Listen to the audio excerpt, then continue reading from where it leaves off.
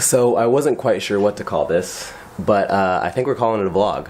I think this is the first vlog back in a long time. So hello everybody, welcome back to the vlog. Today, we're not actually gonna be going around and doing a whole bunch. I'm gonna be in my garage showing you guys what my current training situation looks like while also answering some of you guys' questions that you guys left me on Instagram. Let me know if you guys like this, if you wanna see more videos like this, and let's get into it.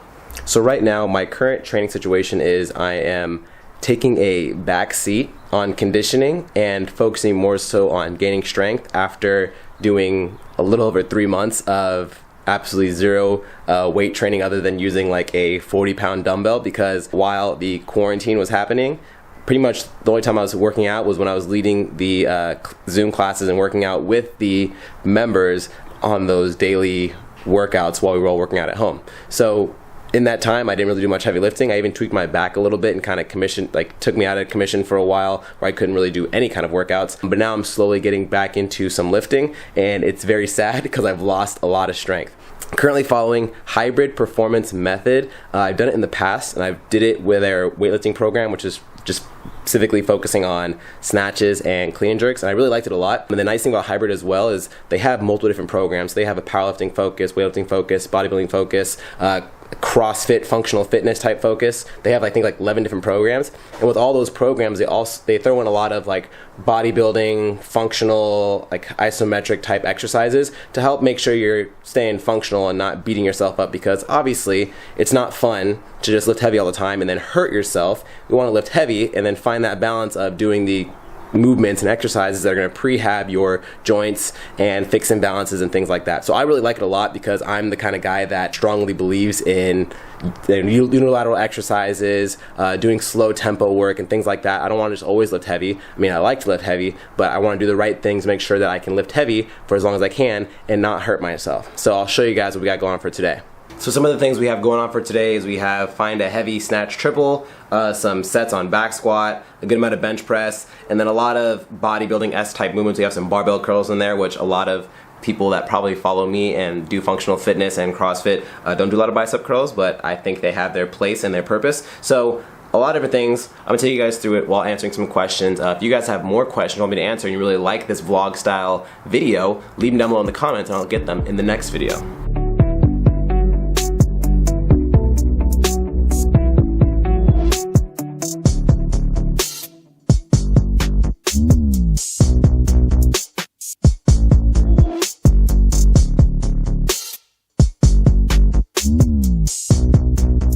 So I get asked a lot, what's more important, doing a warm-up or mobility? And in my opinion, 10 times out of 10, warm-up is more important. No matter who you are, no matter how mobile you are naturally, the more you warm up, loosens up your joints, loosens up your muscles, gets blood flow to those areas, starts warming up the muscles that you actually need to use for the workout. So in my opinion, warm-up is always most important.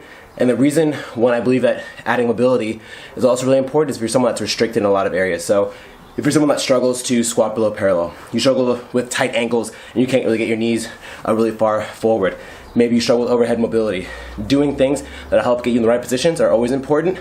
But if you're someone like myself, I've been doing this for a long time. I've mobilized for a very long time, and I've gotten to the point now where I can maintain that certain mobility to allow me to keep good positions without really having to focus on them. Then I'll make sure that I just warm up really thoroughly and warm up the muscle groups and the areas that I'm gonna use for my training, and then I'm good to go. But you know, every now and then I might do something, my hips get really, really tight, then I'll add a hip stretch or something along those lines, like banded hip work.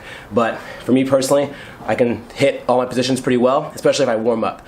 No matter who you are, when we're all kind of cold and stiff, we go from sitting down all day at work to going into the gym, we're not going to move as well as we can once we're warm. So just get warm, and then from there, assess, okay, I still am struggling to get into this kind of range of motion, then add mobility work. But for me personally, I did 5 minutes on the bike to get warm up. I did some glute activation because it seems like my glutes always take a longer time to get turned on, and my squat usually takes me a while to be able to drive my knees out. Like at the bottom of my squat, whenever I do my first few sets of squats, my knees will stay out, but then last second they kind of cave in a little bit, especially on the way up, and they go back out. If I warm up my glutes and activate them early on beforehand, then my knees are so much easier to keep them out the entire time. And then, since the first thing I have is snatches, I did a quick snatch complex, and now I'm good to go.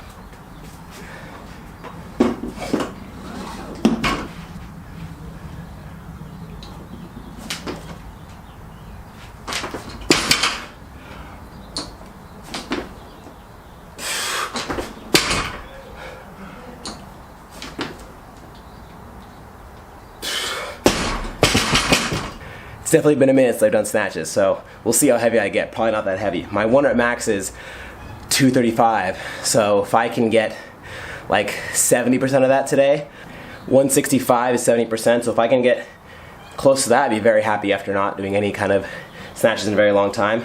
So, getting to our first question, no particular order from when they were sent, but I feel like it's a good one to start off with. How long have you been doing CrossFit? Smiley face. I've been doing CrossFit for just shy of 7 years. Within a year of me doing CrossFit, I went and took my level 1, and just to take it, just kind of learn, because I was in love with CrossFit. I went every single day and I was addicted. I just happened to tell the owner of the gym at the time, hey, I took my level 1. They're like, oh, you want to start interning? And I was like, yeah, that'd be sweet. So started interning, started coaching, fell in love with it. Here I am, 7 years later, still infatuated with it. Happy talking about it on YouTube, making memes about it on Instagram. Yeah, it's kind of my whole thing.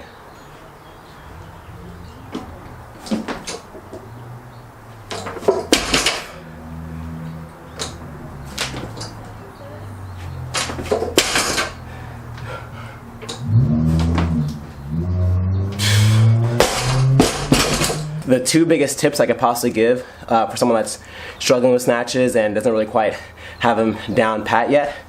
First thing is, don't rush off the floor. Everyone thinks speed is, the most crucial part, especially when you see Olympic lifters do it and they're, flying and the bar looks like it's just whipping around them. Having a nice slow, steady pull off the floor sets you up for a good hang position, allows you to then pull the bar into your hips and keep it close to your body, allowing you to have a good full extension. So slowing the bar down from the start and building up in speed is the biggest thing. Second thing is, keep it close. The best way to do that is from the start of the movement, when you're getting set, is you pull your shoulders down and back. Think about curling your wrists underneath the bar, so you're not letting them just flail around, you're actually tucking your wrists underneath and pulling your shoulder blades together, and then keeping that position the entire time. I see so many people, they'll get set up like that, and then they start to pull and they go, ugh, and it looks like doo-doo the rest of the lift. So make sure you keep that bar nice and steady and increase in speed. Don't just yank it off the floor. And 2, keep that good back position. If that falls apart, it's gonna be a million times harder to hit the lift successfully.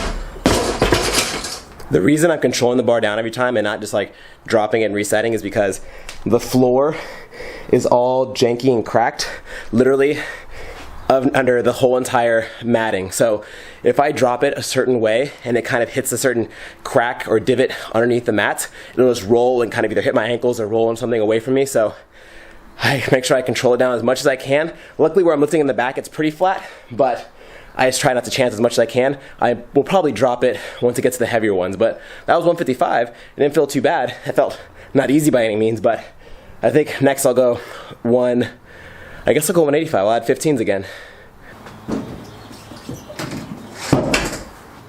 Before we hit that weight, the next question, suggestions for easing back into the gym. I'm very sore now that my gym has just opened. So 2 main things. The first one, obviously you're not going to be as strong as you once were, so don't try to do any, don't try to hit your same percentages or heavy weights you hit before, like in the Metcons or in your strength pieces, because it's not going to be there and you're going to risk the chance of hurting yourself doing too much. Your body's not ready to lift yet, so definitely start super reserved. I'm actually supposed to do 80% on my back squats after these snatches, and 80% is like 325 I think, but I did pretty much the same sets and reps a few days ago, and I did 255 and I was so freaking sore the next day. It was crazy. Luckily I'm not too bad right now. I recommend starting like 10-20% lighter than what you typically do for certain weights in the workouts. Definitely don't really look at percentages at all in your strength portion, just kind of go by feel, and if it says 3 by 8, find a set of 8 that feels good, and don't be concerned with how much weight's actually on the bar. Just see where you're at currently and then progress from there.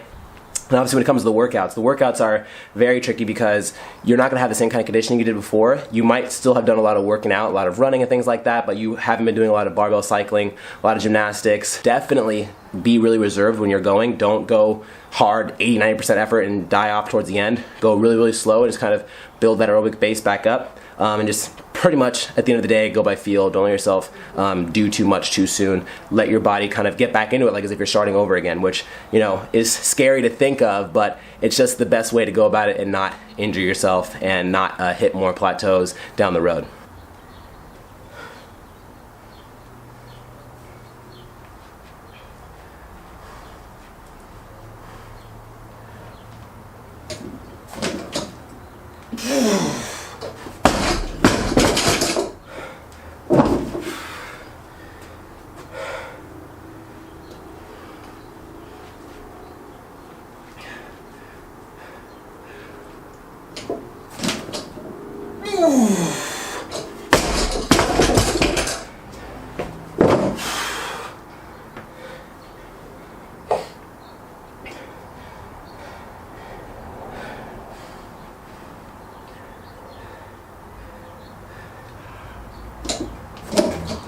Oh, I got it.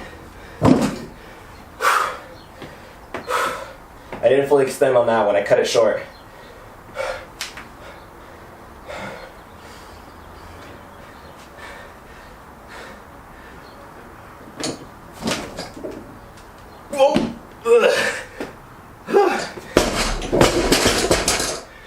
Count it. I'll definitely call it there. A lot heavier than I thought I was going to hit after 3 weeks of no snatching or doing any heavy pulls or anything like that. So very happy with that weight. Now we have 3x4 back squats. It's supposed to be at 325. That's not going to happen. I'm going to build up and maybe hit around 275. Because last time I did 3x5 at 255, so it's a little less reps. I'm going to add a little more weight and see how that feels.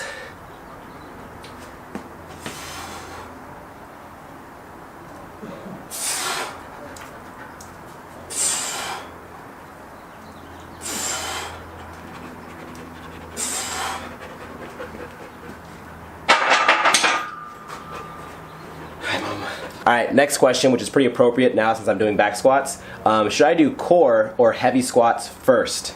So, I believe most people will agree with this, that you should do your heavy squats first. Because if you were to do core first, you would fatigue your core, and you need your core to be strong in order to be successful in squats and not have yourself kind of get all loosey and kind of fall forward in the squat. So, I would highly recommend doing your heavy squats first, and then afterwards doing your core work as kind of like an accessory to that day. But if you were doing anything else that didn't really use much core, like if you're doing like seated strict press, if you were doing bent over rows, like where you have your hand up on a surface, things like that where you don't really need much core involved, then you could do your core first. But if you're doing anything heavy and compound like deadlifts, strict press, squats, Olympic lifts, anything like that, I would always do those main lifts first and put more energy into those because those take more energy to complete, and then do your less challenging exercise, which is usually how most strength programs will go. You'll do your big, heavy lifts first, and then the intensity of the exercise will kind of decrease, and you get to the more less challenging exercises towards the end of the workout.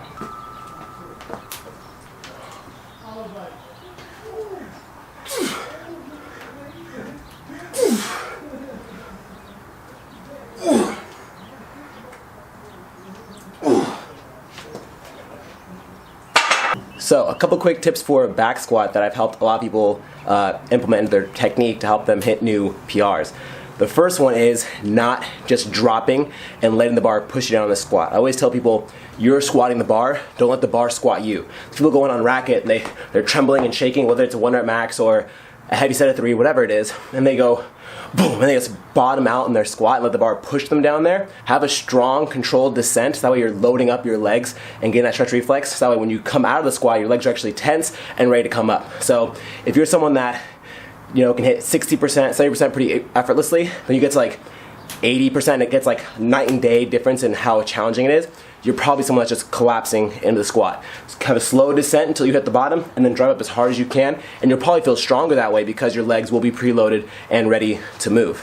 The second thing is, and this is for all squats, I see this happen time and time again with every new member that joins my gym, and they push their butt back to start the movement. So they're getting ready to squat the bar, whether it be back squat, front squat, goblet squat, whatever kind of squat they're doing, they start the movement like this. They push their hips back, and they create this extension in their lower back, this hyperextension, and then when they come down, they can't maintain it, so their butt starts to wink and they create that butt wink and that lower back curves at the bottom. You want to think about keeping your core tight, pushing your hips back and letting your chest rock forward slightly, and then sinking down to your squats. Your spine's going to stay neutral, and unless if you're someone that has crazy, ridiculous, amazing ankle mobility, you're not going to be able to squat with your chest straight up like this. If I did this, my heels are so far off, I'm going to fall over, I can't even maintain this. My heels are so far off the floor, like literally like 2 to 3 inches, that my knees are going to blow up because there's so much weight is loaded into my knees. So everyone, when they squat, keep this tucked in, your rib cage is down. You're going to have a slight lean with your chest forward. That's totally fine. Don't be afraid of that. People think that if they do that, they're going to fall forward and the weight's going to like pull them forward. That's not the case. The weight is still going to be over your midfoot and still allow you to be strong in your squat and still feel stable and in control and not feel wobbly. So that's the second biggest thing. The third biggest thing is, in my opinion, I feel like some coaches might disagree with this, but I just help a lot of my athletes, and that is exaggerating driving your knees out. And this is what I mean by exaggerating. So people are told to keep your knees tracking over your toes. So they drive their knees out, but it's very easy to maintain this position, and you might not actually be turning on your glutes when you're doing this. So what your glutes do is your glutes help externally rotate or open up and externally rotate your knees and create this angle. So for your glutes to be able to keep doing this, you need to actually turn them on. If I'm going to shove my knees forward like this, I might not be using my glutes, especially when it comes to heavier weight. So I like to tell my athletes, drive your knees over your pinky toes so you're really turning your glutes on, and it'll help you stay strong in that squat. So if you're someone that has your knees forward to begin with, and you do this, you go, yeah, and stand up last second, it's either A, you have weak glutes, and or B, you're not turning them on. So as soon as you start the squat, knees out over the pinky toes, come back up, squeeze that butt, right back down to the next one. So that was just 225, then I'm going to do 275, and then start hitting my sets there.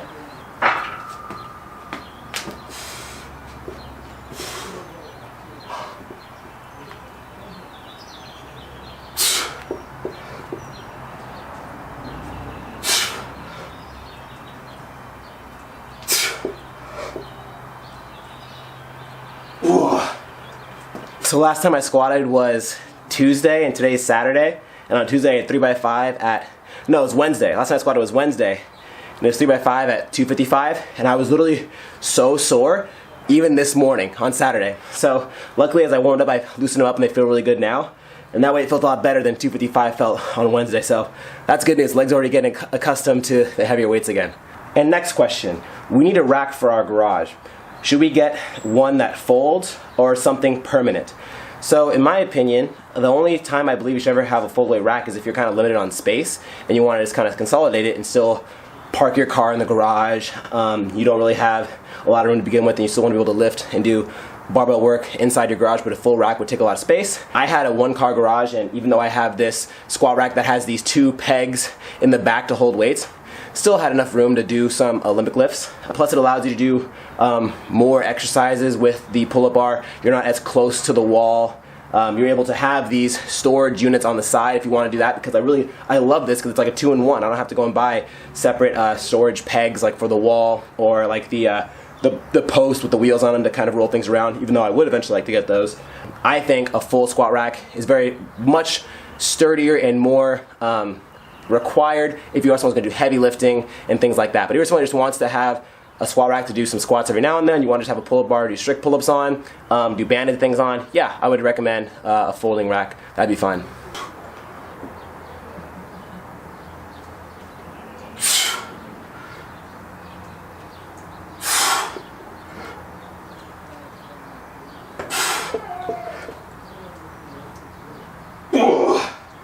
Every now and then I get asked about supplements, and are they necessary? Like, do you have to take them? And in my opinion, no, you don't have to take them. If you can just have wholesome meals with protein, healthy carbs, healthy fats pretty frequently throughout your day, they're perfectly fine. But if you're someone that's busy, not always hungry throughout the day, you're struggling to get the right nutrients in their body, I think supplements are very beneficial. So for me personally, I take X Endurance. I take their protein, which is awesome because it's a whey and casein protein, which means that it's fast-acting protein to really get in your muscles quickly, as well as slow-releasing, which is good and beneficial for if you are going to not have a meal for a while or before bed. So I love it for that reason. I also take the Fuel 5 as well, which is carbohydrates. If you're someone that is into functional fitness, that does have a lot of high intensity workouts, if you're someone that has really long training sessions, up to like an hour and a half or longer, I recommend having carbs intra-workout like I'm doing now, because it'll help keep you energized and help you keep moving. If you're someone that only has to do an hour of working out, or you're doing a fasted cardio, or you're not really trying to do anything super strenuous, you don't necessarily need carbs during, but I highly recommend that. And then I also take their Extreme Endurance by X Endurance. There's a night and day difference in how much my aerobic capacity was improved and how much faster and for longer I could go in workouts. So I absolutely love that, and I take it every single day. You're supposed to take 3 in the morning, 3 at night, and it's the most beneficial supplement out of all of them, in my opinion. So if you guys are interested, in my link down below, you can get 10% off with that link at checkout. So add it to your cart and you'll see the discount on there. They have smaller sample packs if you want to try certain things. But if I were to get one thing, it'd be the Extreme Endurance. Amazing product.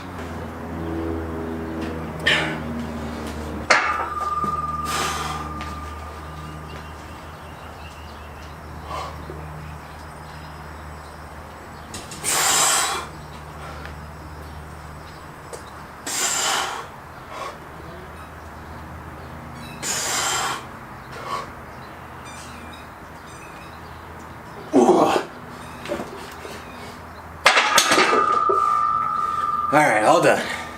So the next part of the programming was find a 10 rep max bench press, and I got up to 155. I might be able to squeeze a little bit more, but I decided to call it there. And now it's 3x15 at a lighter weight, so now I'm going to try 125, because 15 is no joke, and I'm expecting to get a really serious pump. For our next question, Reebok is not showing any CrossFit apparel on their website, only shoes. Have you seen this?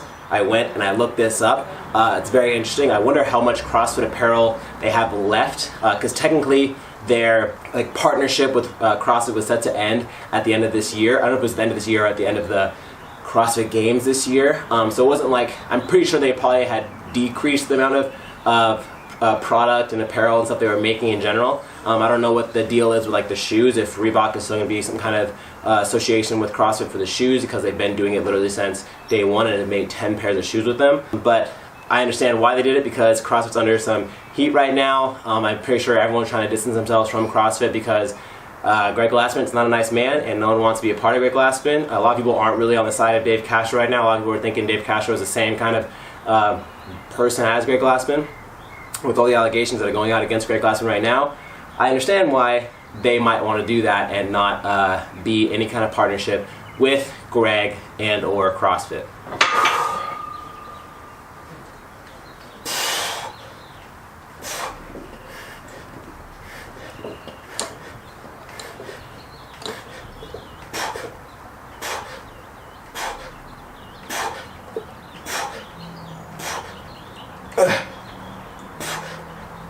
Woo! 15's a lot.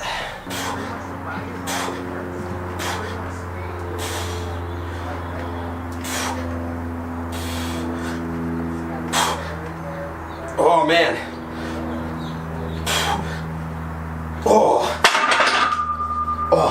That second set was 10 times harder. I really like this next question a lot, and I believe it's going to share a lot of insight and context for a lot of people. And the question is, how often do you train in the gym and how often do you train outside the gym? Now, for me personally, I don't necessarily train outside the gym a lot. I don't go to the park and do lots of running and burpee workouts, or I don't do specifically track workouts, specifically swimming workouts. I might if it's coming up to a competition and we know there's going to be swimming in it, things along those lines. I do like to do those things every now and then. I just haven't recently with all the craziness going on in the world. But I would like to get back into those things. But the one thing about this question I want to bring up is a lot of people think the only time you can get in a workout is when you go to the gym. I have a pretty decent sized backyard. It's all just dirt and weeds. But when we first moved in, it was literally 5 foot tall, random bushes. There were plants all over the place, a bunch of random rocks, vines going all over the place. And I would take days out of the week where I wouldn't go to the gym and work out, and I'd spend 2 to 3 hours digging out roots and things, all that kind of stuff, and I'd be spent. My grip would be fried. I would check my Whoop, and I'd burn 1,000 plus calories in a 2 hour time frame of me just doing labor. And even though you might not consider that a workout because you didn't lift a barbell, you didn't, time yourself per se. It's still a workout. You're still putting your body through a lot of stress and a lot of strain, and it adds up pretty quickly. So if you're someone that has a pretty laborious job, maybe you do a lot of heavy lifting in boxes like at a warehouse, maybe you are a construction worker, maybe you just are like me and doing a lot of yard work one day and it really tires you out. Be mindful of those things and realize that can be considered a workout. Instead of you going and doing a 15-minute AMRAP at the gym or doing bench press, you going and getting down and dirty and doing a lot of things, just making yourself sweat, can also be considered a workout too. So just be mindful of those things and make sure you're not overdoing it and thinking, oh, okay, I did 3 hours of labor, now let me go to the gym and get my workout in. Maybe be wise and be like, okay, I had 3 hours of labor in my yard, I'm gonna go inside, take a shower, and lay down for a little bit.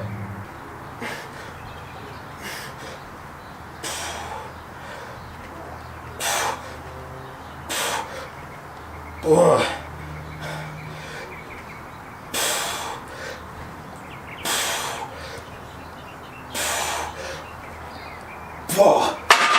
Ow.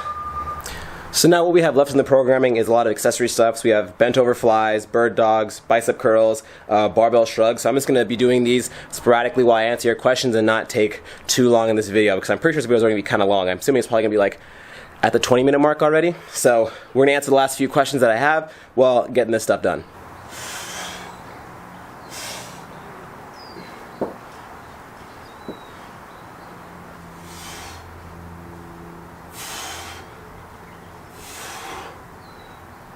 Alright, and next we have, which hybrid program am I doing and how long are you training daily?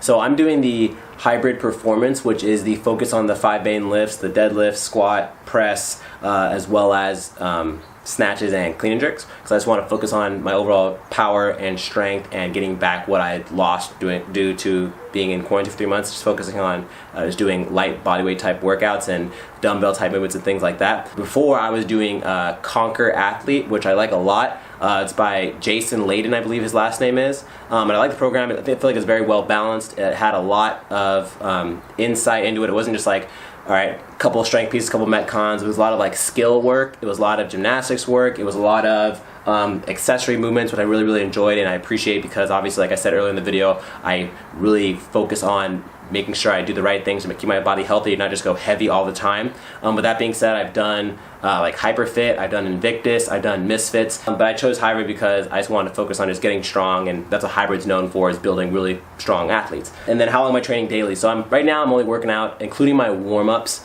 My warm-ups take anywhere from like 5 to 10 minutes depending on how the day goes and how warm I am already. Like if I just finish coaching and I come home and get ready to work out, I'll be more warm versus if I sat down for a few hours in front of the laptop and then I come out to work out. And then my training itself usually take like about an hour. Today's taking a lot longer because I'm recording and stopping and talking a lot, but typically it takes about an hour, hour and a half most, so I like it a lot if you move pretty diligently, but I really like it a lot, and I'm hoping to do it for like the next, probably like the end of the year. We just got noticed that the West Coast Classic, I live in San Diego County, the West Coast Classic, it had picked a new date, I think in March is when it's going to be, like the end of March. So probably January 2021 I'll get back into like conditioning and stuff once I have my strength back, because conditioning stuff it doesn't take as long to kind of build back up to where you were, whereas the strength takes lots of sets and reps to get back to your old lifts.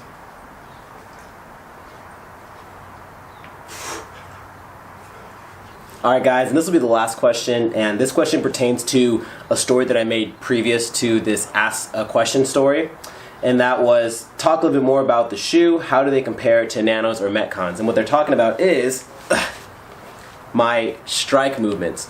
These are beat to death. These definitely have seen better days, so don't judge them how they look right now, but the strike movement shoe is essentially, to my understanding, started off as like a shoe for parkour people. I don't know if parkour athletes, I believe you'd call them. It's pretty athletic, the stuff that they're doing. But it's a very minimal shoe. It's very lightweight. It's a lot of fabric and not a lot of like the materials that you would see like on a Metcon or a Nano that are meant more for like rope climbs, just being really durable like that. Like these have lasted me a year of just doing nothing but CrossFit workouts in them, as well as pretty much everything else I do throughout my life, camping trips, yard work, things like that. Like I wear these shoes all day long, so they're just so freaking comfortable, even though they look like, you know, they're literally, my toes gonna poke out the bottom any day now. These shoes are just so comfortable, so lightweight. They have the same 4mm drop that the Metcons and the Nanos have, so it's very similar in that aspect in assistance for squats and all those things. But what I like about these the most is that they're so light and soft that I can run in them and no problem. With the newer Metcons and the newer Nanos, when I ran in those, like after anything more than a 400-meter run, my feet would be killing me. I normally don't get shin splints. I can run in these for miles, but if I ran in Reeboks or Nanos, I'd get shin splints after a while. They just weren't that comfortable. They had a lot of, like, they're super hard on the bottom to help with the limbic lifts. Nanos and Reeboks are, that I'm talking about. Where these are a little softer on the outside to where you can still feel sturdy. It's still a very similar feel to the Nanos and Reebok, but it's not as hard when you're running on pavement when you do go out for runs. So I like them for that aspect. It's just a very, like, almost like slip-on, slip-off shoe. Like, I haven't tied these shoes since, like, I got them a year ago, and I just literally, boom, they're on. They fit like a glove. They don't. There's no wiggle room. They fit my feet perfectly, and I just absolutely love them. And I love the look of them too. They look just like regular sneakers. They almost look kind of like Vans in the sense of like how minimal they are and how they look like a soft fabric on top and the little like white outsole falling along it. It's a very just like casual looking shoe. When they are brand new and they don't look like this after a year of being beaten up, it's a shoe that I have no problem wearing out to a restaurant or kind of wearing with jeans. Not that I wear jeans very often because I'm very awkwardly shaped and my legs are very large compared to my height. But anyways, a shoe I truly love, I recommend. If you're in the market for new shoes, check out Strike Movement. I have no partnership with them or no sponsorship. I wish I did, but unfortunately it's not the case yet. Really comfy shoe, really cool looking shoe, different than the norm, but still yet looks casual enough to just be a regular shoe and not the typical bright, neon, colorful, big, bulky, like outsole with all the stuff in the middle for rope climbs and all that. I just like the sleekness and the minimalistness of the shoe. Alright guys, and that's going to wrap up this day of training. Thanks so much for sticking around with me and hearing out these questions. If you guys have questions you would like answered in the next video, I might do these once a week or so. Leave them down below in the comments. I'll be sure to check this video before I make the next video and I'll pull comments out from there. Otherwise, follow me on Instagram at ConstantlyVariedFitness for the next time that I ask the questions poll, so that way you can put it directly in there so it definitely doesn't get missed. Plus I post a lot of funny memes on there, so you should probably follow me anyways. Also, thanks to a lot of support to you guys that have been buying the merch. Thank you for staying functional and supporting the brand. We just came out with a new shirt that dropped a couple days ago. That's a Jack of all trades shirt. I should be getting it in the next couple days. I'm super pumped to wear it. It's a design that I had made up and I think it looks sick. It's something very different. And it still kind of fits with that functional theme of Jack of all trades, not being just good at one thing, just being really strong or being really good at conditioning workouts. It's like we want to be good at everything and not be limited in one area. So if you want to support the message of being functional and being a healthy, thriving human being, check the link down below for my merch, and I thank you so much for all the support you guys have been showing. Hit that like button if you enjoyed this video and want to see more like it. Subscribe for more content. I'll see you guys in the next video.